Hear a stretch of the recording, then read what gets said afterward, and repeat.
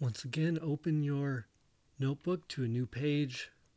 Write the learning objective or the homework problem number you're working on. Get out your quick reference sheet with your functional groups and instructions on interpreting names of organic molecules. This time you may have to add something to your functional groups.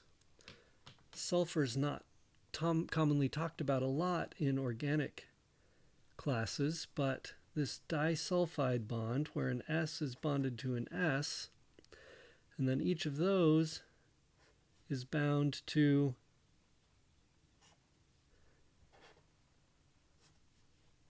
carbon atoms as parts of bigger molecules. This is an important part of protein structure, the disulfide bridge. So I've drawn a disulfide molecule in its skeletal structure. So now we're ready to practice the homework problems. When you look at how to interpret molecules, heteroatoms, meaning not C,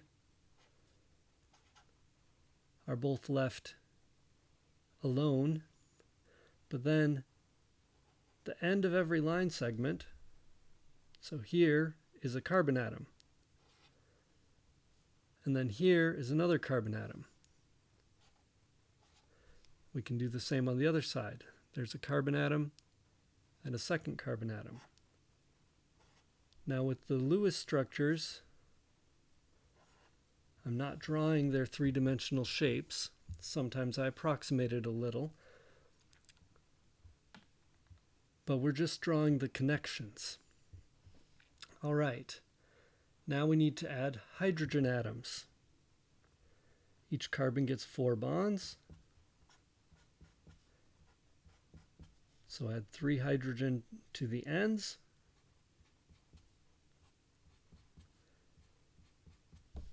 In the middle of a chain, carbon has 2 bonds already. So let's add 2 more hydrogen to each in the middle of a chain. Now sulfur is like oxygen, so it forms 2 bonds with 2 lone pairs. Sulfur is a bigger atom than oxygen, so it can do some more complex things, but this is one of its most typical arrangements. All right, so we've finished that problem. Take a moment, you can pause the video and draw the structure of ethane thiol.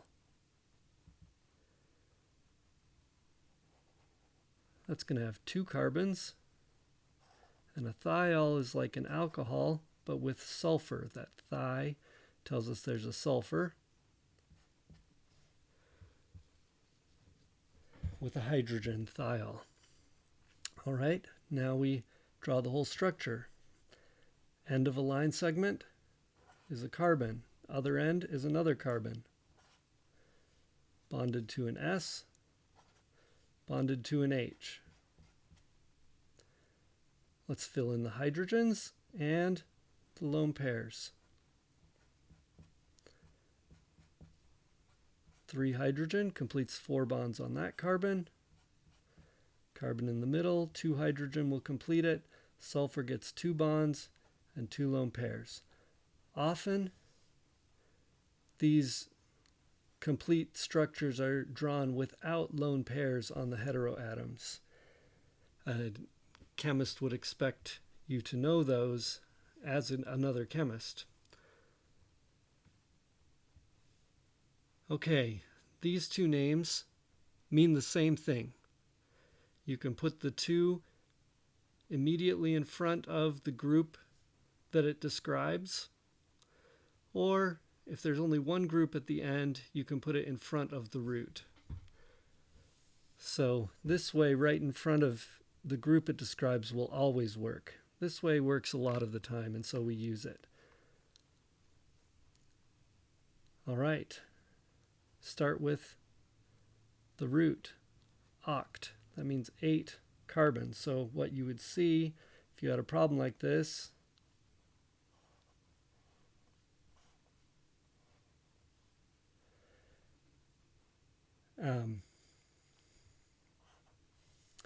you'd have 8. The ine tells you there's a triple bond starting at carbon 2. So if we number from the left, 1, 2, draw a triple bond from 2 to 3. Now that's not how triple bonds are structured. They make linear molecules. So what you'll most likely see if you had this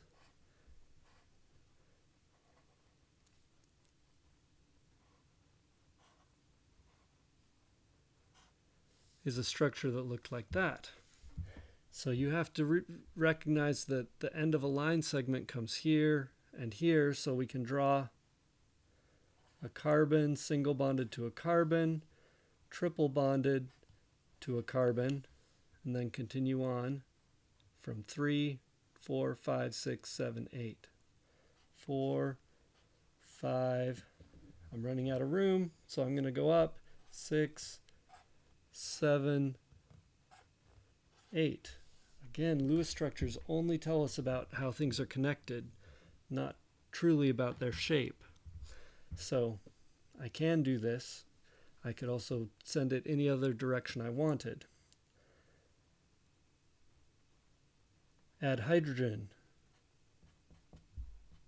On the end, we need 3 to complete 4 bonds. The second one has a single and triple already, so that's 4. The third one has a triple and single, that's 4 and done.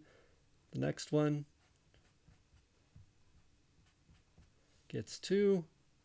The next one has 2 bonds, gets 2 more. Next one has 2 bonds, gets 2 more. 2 bonds, 2 more. 1 bond, 3 more. And we've drawn 2-octine.